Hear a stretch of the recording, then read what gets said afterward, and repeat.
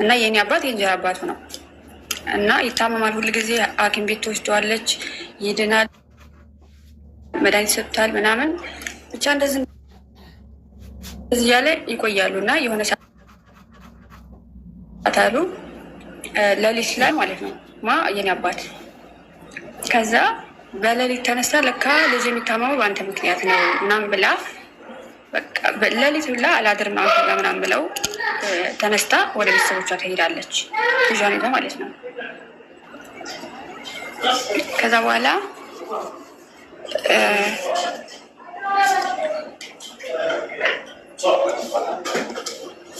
መቅደስ ለምን ቀልብሽን ሰብስበሽ አታወሪም? እኛ እኮ እያዳመጥንሽ ነው እኮ ማሬ፣ ኮመንት እያነበብሽ ነው። ኖ አይ ክላስ ሌለኝ እዛ ነው እና ይቅርታ አይደለም። ኧረ ከጫጫታ ውጭ አንቺ ቀልጠፍ ብለሽ አይደለም የምታወሪው እያልሽ አንዳንድ ቃል ነው አፍሽ ጠብጠብ የሚለው እና ቀልጠፍ ብለሽ ነቃ ብለሽ አውሪልን። ከዛ በዛ መሀል እኔን እርጉዝ ነበረች፣ እሷ ግን አላወቀችም ነበረ እና በጣም ተጣልቶ ስለነበረ እንደው አይቀላቅለኝ ከአንተ ጋር እንኳንም አልወለድኩ ምናምን ብለው በጣም ተጣልተው ምናምን የተለያዩት። ግን እኔ እርጉዝ ነበረች አላወቀችም። እና ከዛ ወደ እየገፋ ምናምን መጣ፣ አወቀች። በጣም ተናደደችም። በባህላዊ መንገድ ልታስወርድ ምናምን ሞከረች፣ ግን አልሆነላትም ማለት ነው። ከዛ በቃ ያው መወለዱ አይቀርም የሰው ልጅ ተወለድኩኝ። ከዛ በኋላ ፍላጎት አልነበራትም እኔን ለማሳደግ ማለት ነው። ምክንያቱም ያው አንደኛ ነገር መቀላቀል አልፈልግም። በጣም ተጣልተዋል እነሱ እየተረጋገሙታል ነበረ፣ ተረጋግመው ነበረ። መድኃኒዓለም ከአንተ አይቀላቅለኝ ምናምን እንደዚህ ነገር ተባብለው ነበር። እና ከዛ በቃ ተወለድኩኝ። ከዛ በኋላ ያው እንደሰማሁት የአይጥ መድስ ምናምን ሁላ ገዝታ አጠጣችኝ ማለት ነው፣ ገና እራሱኝ ማለት ነው። ከዛ እንግዲህ ፈጣሪ የፈቀደው ነፍስን ማንም ማጥፋት ስለማይችል ተረፍኩኝ። ያው በብዙ መንገድ በቃ አራሱኝ ማለት ነው። ልገለኝ ምናምን ሞከረች፣ አልሆነም። ኢቨን በቃ ጋቢ ምናምን እየጫነች ምናምን በቃ ታፍነኛለች አሉ በዛ ሰዓት ማለት ነው። ከዛ በቃ እንደዛ ሆኖ በቃ ያው ሁለታችን እያሳደገች እኔ ልክ አይደለም ልክ በዛ ሰዓት እኔ ክርስትና ሊነሳ መሰለኝ አይ ቲንክ። ከዛ ልጅ ሁለት ህፃኑም አለ አይደለም።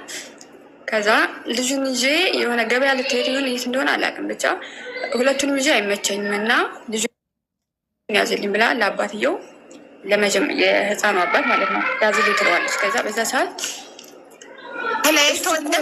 የህፃኑ አባት የወንድምሽ አባት የእንጀራ አባትሽ የወንድሜ አባት የመጀመሪያ ባሏ ማለት ነው። ተለያይተው ተለያይተው እኮ ነው ያንቺ አባት የጠየቃት እኮ ያዝልኝ አለችው እና ሄዳ እኮ ነው ሄዳ ልጁን ያዝልኝ ሩቅ ሀገር ነው የሚሄደው ትለዋለች። ኦኬ አንቺን ያዝልኝ ትለዋለች። አዎ ከዛ እስከምመለስ ያዘው ያው ሌላ ሰው ጋር ከማስቀምጠው አንተ ጋር ያዘው ትለዋለች። ከዛ እሱ ደግሞ እንዴት አንቺን ነው የለመደሽ እንዴት ይቀመጥልኛል ምናምን ብሎ በቃ እያለቀሳሉ በጣም እያለ እሷ ጥላው ሄደች። እኔ ናዝላኝ ስለነበረ ማለት ነው ስለማትችል ሁለታችንም። ከዛ እሱ ደግሞ ቀጥታ ህፃኑን ወደ ደሴ አክስቱ ጋር ወደ ወሰደው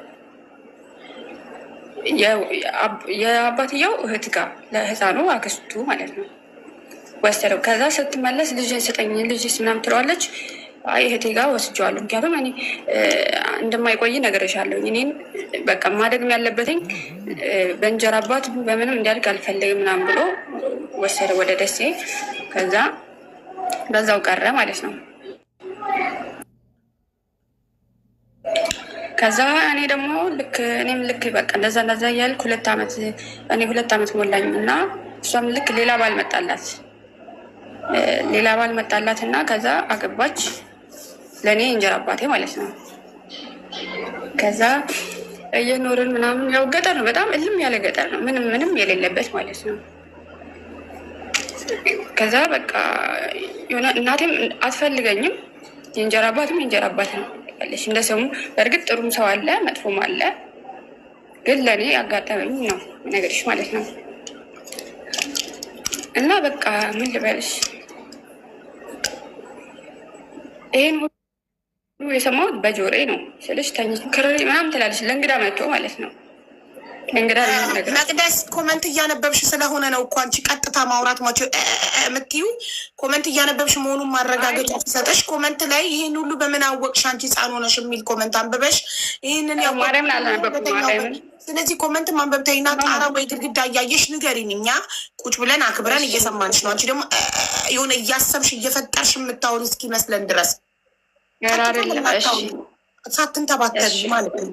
እሺ ኮመንታችሁ ይፈረቃል። ለኮመንት ምንም አይነት ምላሽ ሲሰጥ እንዳለ ጣራ ወይ ግድግዳ እያየሽ ታሪኩን ቀጥታ ንገሪን። እሺ ከዛ በቃ እንደዚህ የእንጀራ አባቴ በጣም መጥፎ ነው፣ ለእኔ በጣም መጥፎ ነው። እና በዛ ጊዜ በቃ እናቴም አትፈልገኝም። በቃ ሁሌ ጊዜ እደበደባለሁ፣ ሁሌ ማለት ነው፣ ሁሌ በቃ ምክንያቱም ልጅ ከዛ በዛ በህፃንናቴ አሁን ላይ የማይረሳኝ ስለሆነ ማለት ነው። በቃ ልጅ በአንቺ ምክንያት ወጥቶ ቀረ ምናለ በሞትሽ በቃ ብዙ ነገር ነው አለ። ከዛ በቃ የእንጀራ አባቴ ይደበድበኛል ምናምን በቃ ከዛ መጥፋት ጀመርኩ ሁሌ ማለት ነው። ህፃን ነኝ እኮ አስቢ፣ 7-6 ዓመቴ ነው። እጠፋለሁ ሁሌ ማለት ነው። ከዛ በቃ ሁል ጊዜ ማታ ሁሌ ስለምመጣ በቃ ሁሌ ባጠፋም ባላጠፋም ምን እንዳጠፋውም ስለማላቅ ያለኝ አማራጭ ሁሌ ማታ መጥፋት። ከዛ በቃ አንድ ቀን አድራለሁ ውጭ ዝም ብዬ ማለት ነው። ዛፍ ስር በቃ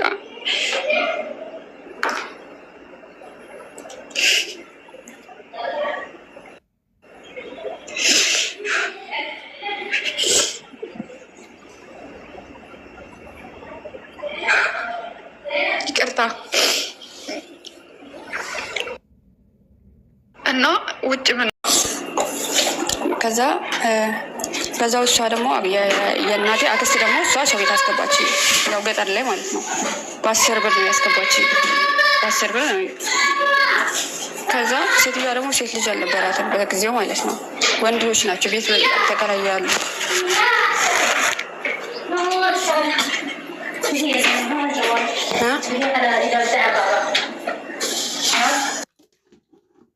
ያላ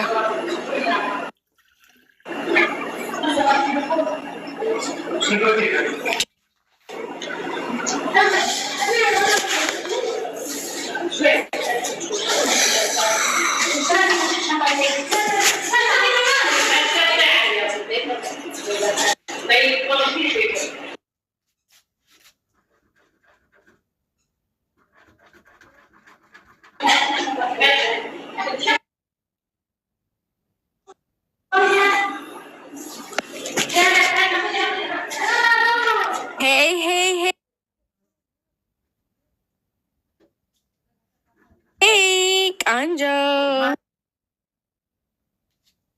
ሎኪዳ ጸጉርሽ ያምራል ሀቡ፣ በኢየሱስ ስም ሂጂ። እግዚአብሔርን እስቲ ከጎኑ አሳይኝ። ከፊት ሹሩባ ያለው ጸጉር ሳረግ ሁሌ የሚያምርብኛል። ትላንት ደግሞ እያልኩሽ የት ሄዱ ጸጉሮቹ? እንዲህ ሹሩባ ራስሽ ነው የሰራሽው? የተሰራ ነው የገዛሁት። ማሪ ኮፍያ በጣም ነው የሚያምረው። ብቻ ነው በጄል የለጠፍኩት። ያምራል። የትናንትናውን ደግመሽ እንዳትለብሽው አያምርም እያለች ነው አንዷ። እንደ ካስክ ስፈርዘው ያምራል። አረገዋለሁ እንደ እንትን እሰራዋለሁ። መቅደስ ሌላ ቀን ይሆንልኝ። ቅርታ ክላስ ላይ ልብይሻለሁ ያልተመቸኝ ለዛ ነው። ሌላ ቀን ሲመችሽ ትነግሪናለሽ ወይስ በቃ አሁን ወጡ? በቃ ከቤት ፎሎ አድርጉኝ እኔን። እሺ ጋይስ ሚዩት ላድርግ። ኪዳን ፎሎ አርጓት አቡዬ ሰላም። ከዛ ማሪ መቅደስ እያወራች ነው። አልሐምዱሊላ ጠብቂ፣ መቅደስ እያወራች ነው። እኔ መቅደስ ሌላ ቀን የምትቀጥል መስሎኝ ነበረ። አንቺ እንትን እሺ በቃ መቅደስ ትቀጥል። ከዛ በኋላ ያው የእናቴ አክስት ሰው ቤት አስገባችኝ እና ሴትዮዋ ደግሞ ሴት ልጅም አልነበራትም እና ወንዶች ናቸው ቤት ያሉት ህፃናት ምናምን አለ። ከዛ ሴትዮዋ በጣም ትንከባከበኛለች ምናምን በቃ የሌለ እናቴ ቤት እንኳ ምግብ በስርዓት በልቼ አላውቅም። ታውቂያለሽ፣ ምግብ አይሰጠኝም። ቁራሽ እንጀራ የአንድ እንጀራ ሩቡን ሲሰጠኝ እንጀራ አባቴ ልጅ እኮ ናት ይህ ሁሉ እንጀራ ምን አጨርሰው ምናምን ይላል ማለት ነው። በዛ ላይ ቀን ሙሉ ገጠር ላይ 3-4 እንደዚህ ምናምን አንበላም። የሚበላው ምንድን ነው? ወይ ምሳ እራት። እኔ የሚበላው እንደዛ ነው። ከዛም ላይ ደግሞ ሩብ እንጀራ ነው የሚሰጠኝ ማለት ነው። ከዛ ሴትዮዋ በቃ ትዝ የሚለኝ በቃ ቁርስ ላይ ተነስታ ከልጇ እኩል በቃ ቁርስ ሰርታ ምናምን ብሉ ስትለኝ በቃ የተሰማኝ ስሜት አለ አይደል? እኔ በልቼ ስለማላቅ እንደዛ በቃ ሴትዮዋ በጣም ተንከባከበች ምናምን። ግን 1 ወር ነው የቆዩት እሷ ጋር። ከዛ 1 ወር ቆይቼ ሴትዮዋ አክስቴ ማለት የእናቴ አክስት ብሩን እራሷ ተቀበለች፣ 10 ብሩን። እኔ በባዶ እግሬ ነው የምሄደው። ልብሴ ኢቭን ተቀዶ ኢቭን እላይ በቃ ቄጤ ልበልሽ በቃ እንደ ቀዳዳውን በ2 እጄ ይዤ ነበር መሮጠው ሄደው መራመደው። በባዶ እግሬ ነበር እስከዛ ሰዓት። ጫማ አድርጌ አላውቅም። እና ሴትዮዋ 10 ብር ወሰደችው። አክስቴ ያለች አላማጣ ሌላ የእናቴ እህት ማለት ነው። ከዛ እሷ ባሏን ልካ አምጣልኝ ምናምን ብለው ወሰደኝ። የእናቴ አክስቴ ማለት የአክስቴ ባል አላማጣ ወሰደኝ እና ከዛ በኋላ ያው እሷ ጋር እየኖርኩኝ ምናምን። ከዛ እሷ ጋርም ስኖር ልጆች አሏት። ባልየው ላይ ደግሞ አልወለደችም። ይሄ ወሰደኝ ሰውዬ ልጅ የላትም። መጀመሪያ ልጆች አሏት፣ ግን ከሰውየው ልጅ የላትም። እና ሰውየው በቃ መተናኮስ ምናምን እንደዚህ ጀመረ። ሰውየው ማለት ነው እኔን የአክስቴ ባል በቃ ሊደፍረኝ ምናምን ሁላ። የሆነ ሰዓት አልነበረችም እሷ። ሌሊት ተነስቶ ልጆቹ ተኝተዋል፣ የአክስቴ ልጆች። ግን እሱ ሌሊት ተነስቶ አጠገቤ ምናምን በቃ ልክ ስነሳ ከእንቅልፌ ምን ሆንሽ ተኝ ምናምን ይለኛል ማለት ነው። ከዛ ስተኛ ደግሞ ይመጣብኛል። ከዛ በቃ ሌሊት ዝም ብዬ ተነሳውና ያው ዞሮ የመጥፋት አመል ያለብኝ አይደለ? ሌሊት ነው በቃ ተነስቼ ወጣው። ከዛ ተከተለኝና የት ልትሄጂ ነው ምናምን ብሎ ከጀርባ ይዞኝ መለሰኝና አስገባኝ። ከዛ በቃ ከዛ በኋላ ከዛ ቀን ጀምሮ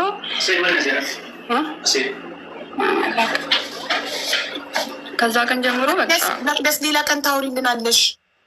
ሰዎቹ አልወጡም ከቤት እየሰማን ነው የባባን ድምፅ። አይ ልጅ ነው ዝም ብሎ።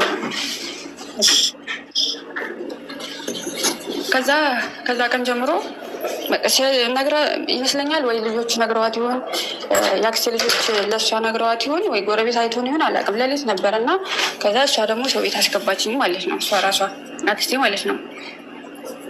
ከዛ ግን እኔ ልጆቹን ሲጀመር በዛ ሰዓት አንዱ ከእኔ ታላቅ ነው፣ አንዱ ከእኔ አነስ ያለ ነው። በዛ ሰዓት እኔ 11 ወይ 12 ዓመቴ ነው። ከዛ ብረግጣቸው ምን ብላቸው ዝም አሉ ማለት ነው። ሰውየው እንደዛ ሲለኝ ማለት ነው። ይብን ወይ ሰምተው ይሆናል አላውቅም። ከዛ እሷ ሰው ቤት አስገባችኝ። ከዛ እሰራለሁኝ እኔ ምንም ማለት ልብስ የሚያስፈልገኝ ምናምን ትገዛልኛለች። ብሩን የምትቀበለው እሷ ናት፣ አክስቴ ናት። ከዛ በቃ 1 ዓመት ከምናምን ሰራሁና በቃ ብሩን እሷ ጋር ያጠራቀመች ምናምን። ከዛ ትሄጃለሽ አዲስ አበባ ትሄጃለሽ። አዲስ አበባ እህቷለች ሌላ 3 ናቸው። የኔ እናት አላማጣ ያለች እና አዲስ አበባ ያለችው 3 ናቸው እህታማቾች ያሉት ማለት ነው። ከዛ አዲስ አበባ ትሄጃለሽ።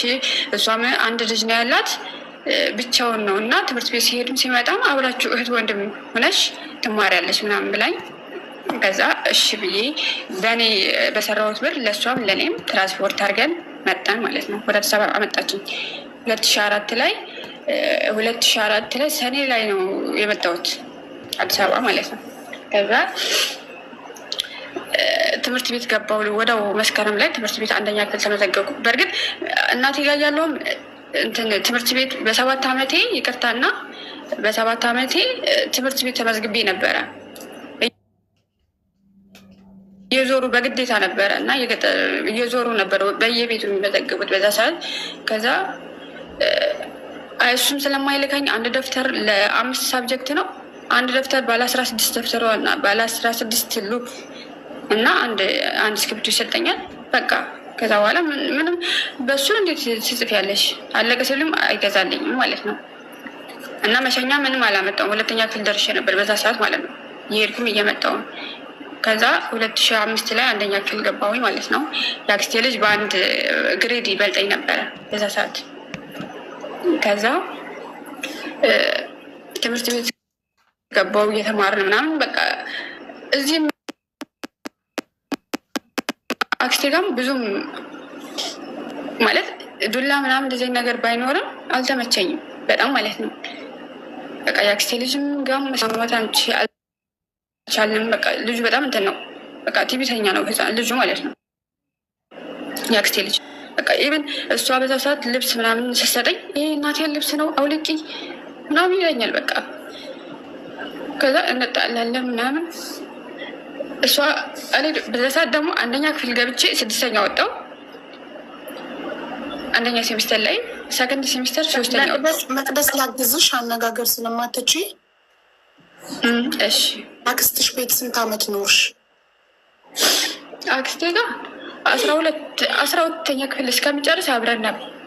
እሺ አክስትሽ ቤት በስቃይና በመከራ አክስትሽ ቤት እስከ 12ኛ ክፍል ድረስ አጠናቀቅሽ። ከዛ እኩል ልነግርሽ እኮ ነው። በዛ መሀል ማለት ነው እንደዛ አብረን እሷ ባሌላት ብይሻለሁኝ እና ስራ ወጥታ የምገባው ቤት አላት በእርግጥ እና የቤት ኪራይም ትንሽ ቢሆን አላት። ከዛ ስራ ገብታ ትወጣለች ትመጣለች። ግን ምንም እኔም ልብስ በቃ ጎረቤት ምናምን ተከራዮች ምናምን ነው የሚሰጡኝ የምለብሰው ማለት ነው። ልብስ ምናምን አንድ ቀን ተገዝቶልኝ አያውቅም አክስቴ ጋር ቢሆን። ከዛ ክረምት ላይ ስራ መስራት ጀመርኩኝ። ልክ ክላስ ሲዘጋ ስራ ጀመርኩኝ። የመጀመሪያ ሰዓት እንትን የሻይ ቅጠል ካርቶን በስታ ሻይ ቅጠል ካርቶን ምናምን ኩላ ምናምን ማጣበቃል አይደለም እሱ ስራ ጀመረ። 1000 ብር 2 ወር ሰርቼ ስለነበርኩኝ በቃ እስከ 8 ከ1 2 3 በላይ ወጥቼ አላውቅም። እና እንደዛ ነው በመወጣው ደብተር ሁሌ ይሸልማለሁ። ከዛ ልክ በቃ ክረምት በመጣ በየአመቱ ስራ እሰራለሁ እያሻሻልኩ መጣሁኝ። ከዛ ልክ 8 ምናምን ሲገባ ወይተር ምናምን መስራት ጀመርኩኝ። ክረምት ላይ ማለት ክረምት ብቻ ነው ያው ተማሪ ነኝ ምናምን ብዬ አልናገርም ስለማያስገቡኝ ማለት ነው። ተማሪ ነኝ ካልኩ አያስገቡም፣ ስራ አያስገቡም። ከዛ በቃ እንደዛ እያልኩኝ ስልክም ሳይኖረኝ ምናምን በአጠቃላይ እንደዛ እያልኩኝ 12ኛ ክፍል 2016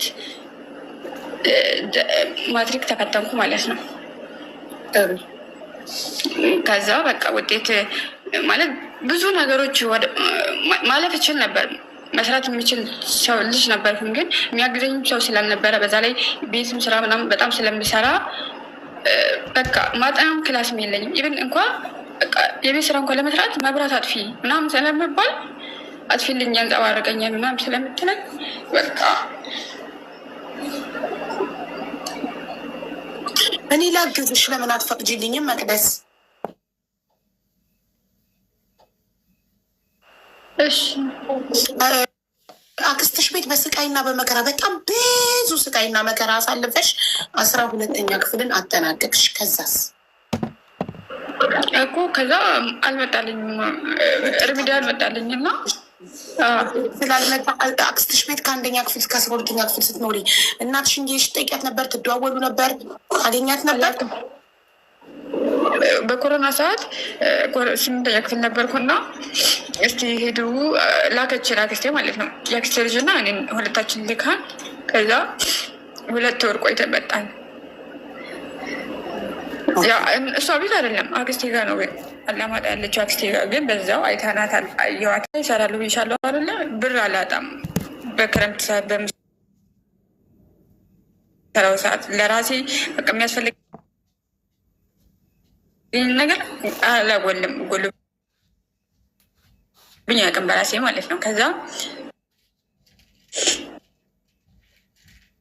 መቼ አምና ከዛ ግቢ ውስጥ የሚነገሩ ሰዎች ያሉ ቡና ምናምን ዱቤ ወሰድኩኝና ሰርቼ ልከፍል ማለት ነው። አትርፌ ልመልስላቸው ምናምን። ከዛ እንደዛ ምናምን እየሰራሁኝ ሪሚዲያል በቃ እስቲ እድሌ ለሞክር ምናምን ብዬ በቃ ምክንያቱም ከሚቆጨኝ ሞክሬ ባይሆንም ከተሳካ ተሳካ፣ ካልተሳካ ልሞክር ምናምን አልኩኝና ሞላሁኝ ማለት ነው። ከዛ ቦንጋ ዩኒቨርሲቲ ደረሰኝ። አንድ ይቅርታ፣ ዚነት የጅዳ ኤምባሲ ቁጥር ተባበሩ የምትይ ሴትዮ ጎግል ላይ ግቢ እና ኢትዮጵያን ኤምባሲ ኢን ሳውዲ አረቢያ ስትይ የሪያድ ኤምባሲም የጅዳ ቆንጽላም ቁጥር ይወጣልሻል። በዚህ በሰለጠነ ዘመን ኮመንታቸው 80 ጊዜ ሂጂ ጎግል ላይ እና ጻፊ ኢትዮጵያን ኤምባሲ ኢን ሳውዲ አረቢያ ብለሽ ጻፊ። ስጽፊ የሳውዲ አረቢያ የሪያድ የኤምባሲውም የእንትኑም የጅዳ ቆንጽላውም ይወጣልሻል። ዝም ብለሽ እዚህ ጊዜሽን አትግደይ በመጨቅጨቅ እሺ። ከዛ በኋላ ቦንጋ ዩኒቨርሲቲ እድል ልሞክር ምናምን ብዬ በቃ ብተወው ባልሄድ ሊቆጨኝ ነው። ሂጄ በነበረ ምናምን ልል ነው እኔ ሀሳቤ ምንድን ነው ሂጄ ሪሚዲያሉ ከመጣልኝ እዛው ማንም ስለማይረዳኝ እዛ ልቀጥል ሳይሆን ቢያንስ ዲግሪ ይማርበታለሁ ብዬ ስላሰብኩኝ በቃ 4 ወር ምናምን ሰራው ሻይ ቡናውን እና ልክ ተጠራን። ሲጠራ ቦንጋ ዩኒቨርሲቲ ሪሚዲያል ተማሪዎች ቤተሰብ ያጠራ ምናምን ሲባል ስራዬን አቆምኩኝ። እስከዛ ሰዓት እየሰራው ነበረ። ከዛ ትራንስፖርቲን ምናምን በቃ ሻንጣ እንኳን አልነበረኝም ከጎረቤት ምናምን ለምኜ ምናምን፣ ምክንያቱም ያለኝም ብርም ካጠፋፋሁት እዛ ሄጄ ማንም አይልክልኝም ማንም ምንም ስለማይረዳኝ ከዛ ሄድኩ ማለት ነው። ቦንጋ ዩኒቨርሲቲ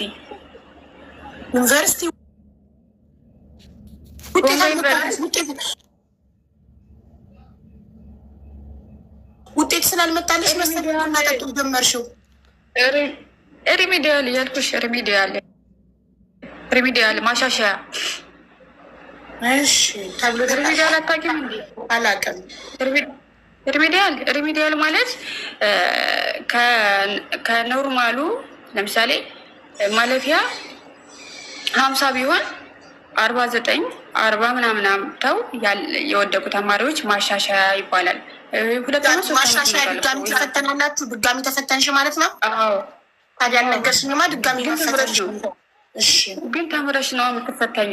4 ወር ምናምን ተምረሽ ነው። 4 ወር ተምሬ ተፈተንኩ በኛ። እሺ ከዛ እዛው ተምሬ ምናምን ተፈተንኩኝ። ከዛ ወደው ተምሬ ምናምን ተመጣሁኝ። ግን ያው ማሻሻያ ይባላል። ምክንያቱም የመጀመሪያዎቹ እድለኛ የነበሩት ከኛ ባች በፊት የነበሩት 30% ይጨመርላቸው ነበረ። እኔ ስፈተን ግን ልክ እንደ ማትሪክ መቶ ነው። በቃ ከመቶ ነው የምትፈተኝ። ምንም ከማትሪክ አይለይም። እኔ ስፈተን ማለት ነው እኮ እንድትፈተኝ ገና ተጠራሽ። አልመጣም ትቹ መቅደስ እንድትፈተኝ ተደውሎ ተጠራሽ። ይህ ልንገርሽ አልገባሽም። ብቻ ተጠራሽ። እኔ አይገባኝም። ተጠራሽ እና ሄድሽ።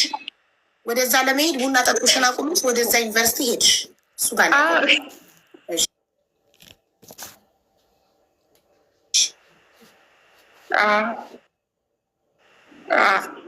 ከዛ በጣው ከዛ ልክ ዌይተር ገባሁኝ። ወደው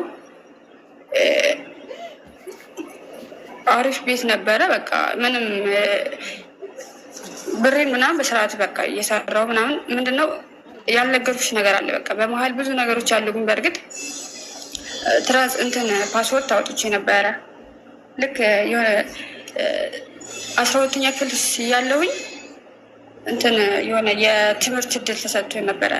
በ15 ቀን ብሬክ ነበረ እና በዛ ሰዓት ምንድነው ስልጠና ነበረ። ስልጠናው ደግሞ ይከፈላል። ተከፍሎች ነው የሚሰለጠኝ ስልጠናው ማለት ነው። ከዛ እኛ ደግሞ ለብሩን ፈልገን ስልጠናው ሳይሆን ብሩን ፈልገን ከጓደኛዬ ጋር ገብተን ነበር እና ልክ ስልጠናውን ስንጨርስ 2400 በየወሩ ይገባልን ነበረ። ገብቶሻል? በዛ ብር አጠራቀሙኝና እኔ ፓስፖርት አውጥቼ ነበረ። ዝም ብዬ አወጣሁኝ 12ኛ ክፍል እያለሁ ማለት ነው። ሊጠቅመኝ ይችላል በሚል አወጣሁኝ። ከዛ በኋላ ከስር ነው በቃ ነገሮችን እያስተካከሉ በራሴ ነበረው። ከዛ የልደት ካርድ ምናምን በቃ ምክንያቱም እዛ አዲስ አበባ ስላደኩኝ እኔ ማስረጃ ነው አምጥ የሚባለው እና ማስረጃ ምናምን ጎረቤት ምናምን ምስክርነት ለምኝ ምናምን በቃ አስወጣው። መታወቂያ አወጣሁኝ። ከዛ በቃ እንደዛ እያልኩኝ ባለፈው አመት 2017 ዌይተር እየሰራሁኝ በቃ ብሬን አጠራቀምኩ ምናምን። በአጠቃላይ በቃ በአንድ ወር ውስጥ ፕሮሰስ ጀመርኩ ማለት ነው። ከዛ በአንድ ወር ባልሞላ ውስጥ እኔ ብር ማንም ይሰጠኛል ብዬ አይደለም ፕሮሰስ ጀምር። ምክንያቱም እንደኛ ነገር ቤተሰብ የለኝም። አክስቴም ምንም እስካሁን ምንም አድርገልኝ ስለማታውቅ አሁንም ይደረግልኛል ብዬ ምክንያቱም ያን ያልተደረገልኝ አሁን ራሴን ስችል ከማንም መጠበቅ እንደሌለብኝ ራሴን አውቃለሁኝ።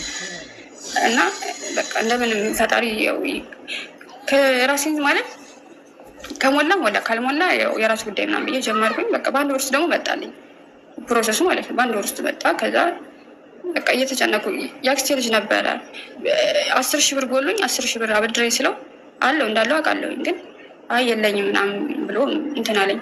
ከዛ በዛ መሀል በቃ ይሁን በቃ እያልኩ ብቻ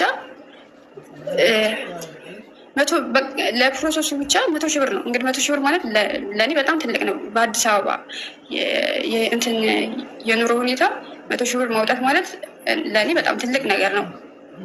ገባሽ? ምክንያቱም አንደኛ ነገር ምንም ያልነበረ ሰው ነኝ። ብቻ እንደዛ ሆኜ ፕሮሰስ ጨርሼ መጣሁ። ሳውዲ መጣሁኝ። አሁን 5 ወሬ ነው በነገራችን ላይ ማለት ነው ሳውዲ ከመጣሁኝ እና ከመጣሁ በኋላ ደግሞ በጣም ማለት ከመጣሁ በኋላ እንኳን ኢቭን ሻንጣይን እንኳ ይዤ አልገባሁም እዚህ ቢሮ ማለት ነው። ትራንዚት ነበረ የመጣሁት ከዱባይ ሳውዲ። እየሰማሽኝ ነው? አዎ እናቴ እየሰማሁሽ ነው። አዎ እየሰማሁሽ ነው። ሳውዲ ከመጣሽ 5 ወር ነበር የመጣሁት እና ሻንጣዬ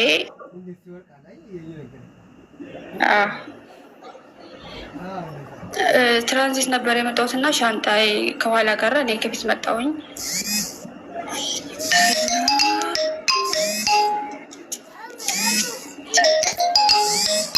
ተነካከሉብኝ ከመጣሁ በኋላ ማለት ነው በአጠቃላይ። ከዛ አሁን ላይ ደግሞ ምንድነው እንድትነግሪኝ እንድትመክሪኝ ብቻ ነው የምፈልገው አሁን ላይ ማለት ነው። አሁን ቤቱ ራሱ አልተመቸኝም ታውቂያለሽ፣ ምንም ማለት ነው።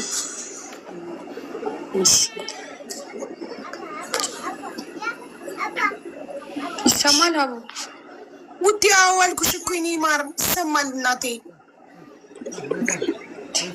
ስልክ ተደውሎብሽ ነበር ይሰማሻል ያልሽኝ? ከዛ አሁን ወደው እንደመጣሁኝ እኔ ቤት መቀየር ይቅርታ እና ምንድነው አሁን ላይ እንድትመክሪኝ ነው የምፈልገው ማለት ነው። እና ቤት መቀየር እራሱ ፈልጌ አይቻልም፣ ወደ ሀገርሽ ነው የምትመለሽ ምናምን ብለውኝ እኔ ማለት ወደ ሀገር እንዳልሄድ ብቻ በሚል ፍራቻ ብቻ ቤቱ ምንም አልተመቸኝም፣ እዚህ አሁን ያለሁበት ቤት ማለት ነው።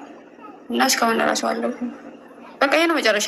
በዚህ ታሪክ ውስጥ ደግሞ ምንድን ነው ወንድሜ እና እናቴ ተገናኝተው አያውቃትም።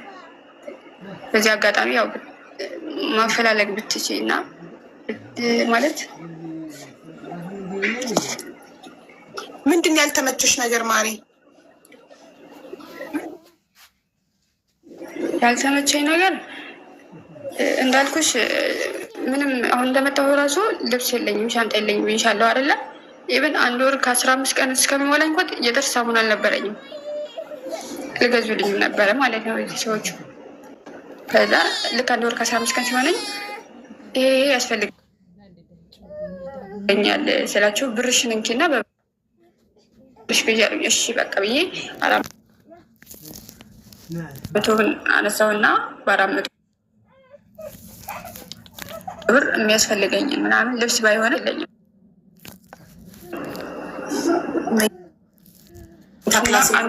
ስለዚህ ያልተመቹሽ ነገሮች አንደኛ ሻንጣሽ ምን ሆኖ ነው ይዘሽ ያልመጣሽ?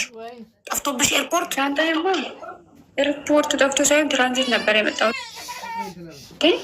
ከዛ ሻንጣይ ከኋላ ጋር የእኔ ብቻ አይደለም የ7 ልጆች መኝታ ቤት በጣም ማለት ሌሊት ሙሉ ሲገቡ ሲወጡ ነው የሚያድሩት። በዛ ላይ ይሄ ምንድን ይባለው ከየፍ ነው አየር የሚያስገባው ነገር እንኳ የለም። ጠዋት ስነሳ ውሃ ነው፣ በቃ ሰውነቴ ውሃ ነው። የት ነው የምተኘው ታዲያ? መኝታ ቤት ከሌለሽ ሳሎን አንጥፈሽ ነው ይሄ ፍሪጆች አንጥፈሽ ፍራሽ አንጥፈሽ ነው ወይስ?